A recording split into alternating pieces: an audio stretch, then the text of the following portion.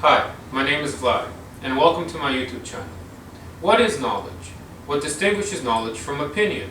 For instance, how do you know that what you're watching right now isn't a deep fake? A possible answer to what distinguishes opinion from knowledge can be found in Plato's The Republic, which I'll be referencing in this video. Plato was an ancient Greek philosopher who approximately lived between 427 and 347 BCE. While he was born to a prominent family involved in Athenian politics, his distaste for the corruption of Athenian politics and admiration for his teacher Socrates caused him to pursue the revival of his society through philosophy instead of politics. One of his most famous and widely read works, called The Republic, which is a series of philosophical dialogues between Socrates and his pupils, discusses what the perfect society would look like in order to answer what justice is, but also question notions of beauty, courage, and knowledge.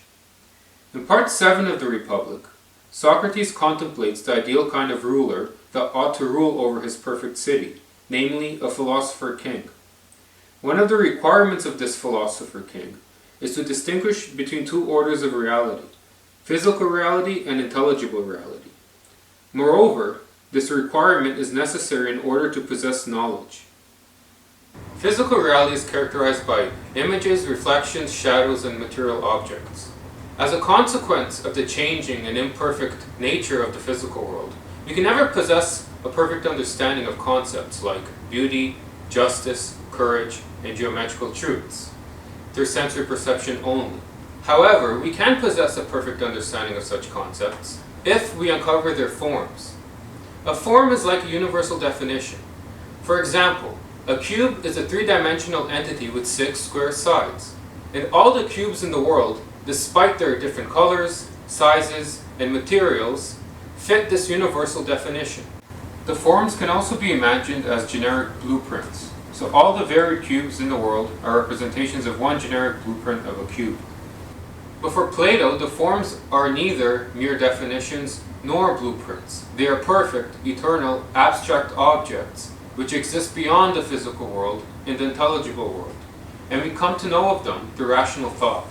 Plato demonstrates the contrast between the physical world and the intelligible world, and how we can come to form a perfect understanding by a thought experiment called the simile of the cave.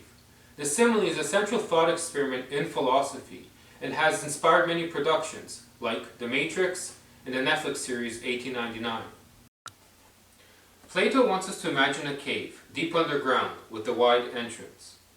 In this cave are prisoners who have been there since childhood, and are fastened in their chairs with their heads forced to look forward at a cave wall. As a consequence, they can only observe the shadows that are reflected on the cave wall by a burning fire behind and above them. In between the prisoners and the burning fire is another wall, and above it are moving figures made of wood and other material manipulated by people behind the wall. These figures depict people, animals, and trees. Given that the shadows of these figures are the only things that the prisoners have visually experienced, they assume that the shadows depict reality, and that there is nothing more beyond what they perceive. However, at some point, one of the prisoners is set loose from his chains and forced to observe the cave around him. While experiencing confusion, the prisoner is told that what he thought was real is actually nonsense, and only shadows of the figures above the wall, which themselves are representations of the real physical objects outside the cave. Eventually, the prisoner is dragged out of the cave into the daylight. Once the prisoner escapes the cave, he is blinded by the sun's light. At first, he is only able to observe the shadows and reflections cast by the real objects outside the cave. After adjusting to the light, he is able to observe the real objects in themselves, like trees, flowers, and animals. Then, he directs his head upwards and is confronted with the heavenly bodies, and finally, the sun. The narrative of the simile is that the prisoner ascended from the cave, where he had possessed an imperfect understanding of the objects outside the cave. In other words, he had formed illusions about them, to reality, where he now possesses a full understanding of the objects outside the cave, and has formed beliefs about them. Plato seems to claim similarly that we can ascend from possessing opinion about the physical world to possessing knowledge of the forms in the intelligible world. Now, to illustrate the ascent, I will use an example of a chair and how we might come to know its form. While it sounds peculiar, Plato did think that even objects like chairs had forms. Take this painting of a chair.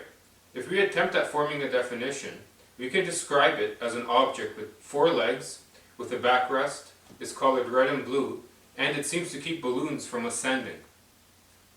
However, the observation of this painting and the definition of a chair which I offered would be considered on Plato's account an opinion, more specifically an illusion.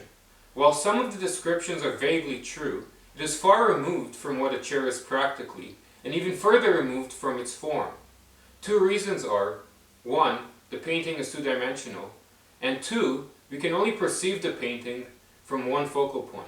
Now, the painting, and my definition of a chair, is comparable to the prisoner's observation of the shadows on the cave wall, and how he was only able to develop a murky understanding of the figures which reflected those shadows, and an even murkier understanding of the real physical objects outside the cave. Say we are set free from our illusion and confronted with real dining room chairs. As a result of seeing others sit on these chairs, and the experience of sitting on one ourselves, we might conclude that a chair is an object with 4 legs, a backrest, an armrest, a square seat, is made of wood, and is made for sitting and eating on. Here, our definition is more accurate, and consequently, we have formed a belief about what a chair is. Nevertheless, the dining room chair is only a representation of its form, and this is comparable to when the prisoner broke free of his chains and was able to observe the wooden figures, which themselves are representations of the real physical objects outside the cave. At this point, we have developed an opinion about what a chair is, but have not yet possessed knowledge of a chair, given our imperfect understanding.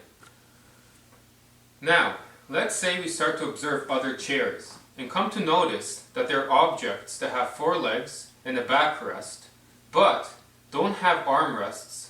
Some are made of metal or plastic, are of different sizes, in which people sit on to do other things, resulting in the questioning of our previous definition of a chair. In this instance, we could perhaps say our mind is dragged out of the physical realm into the intelligible realm, where we start to reason more broadly about what a chair is. Given our previous observations of the different kinds of chairs, we could reason that a chair is an object with 4 legs, a backrest, and is made to sit on. At this stage, we are starting to conceptualize the form of a chair by developing an assumption, but we aren't at the stage of full understanding quite yet. And this is comparable to when the prisoner was dragged out of the cave and was able to only observe the reflections and shadows of the real physical objects. Now, because we are enlightened to the existence of ultimate reality, our next and final step is to come to terms with the form of a chair. In other words, to develop a perfect definition of what a chair is. So perhaps we can define a chair as an entity with 4 legs at a 90-degree angle, a backrest at a 90-degree angle, and a flat surface held by the 4 legs against the backrest. While this might not be considered a perfect understanding of the form on Plato's account, for our purposes, let's say we achieved a perfect understanding of what a chair is. So, now we possess knowledge of what a chair is, and this is comparable to when the prisoner adjusted to the sun's light and was able to observe the real objects like trees, plants, and finally the heavenly bodies. In conclusion, based on Plato's account, we can broadly infer that an opinion is an incomplete or imperfect understanding of an idea or an object, while knowledge is a perfect and complete understanding. Now, what Plato defines exactly as knowledge can be found in his other works. The purpose of this video is just to make people to think about the difference between knowledge and opinion. Thanks for watching, like and subscribe, and comment down below what do you guys think the difference is between knowledge and opinion.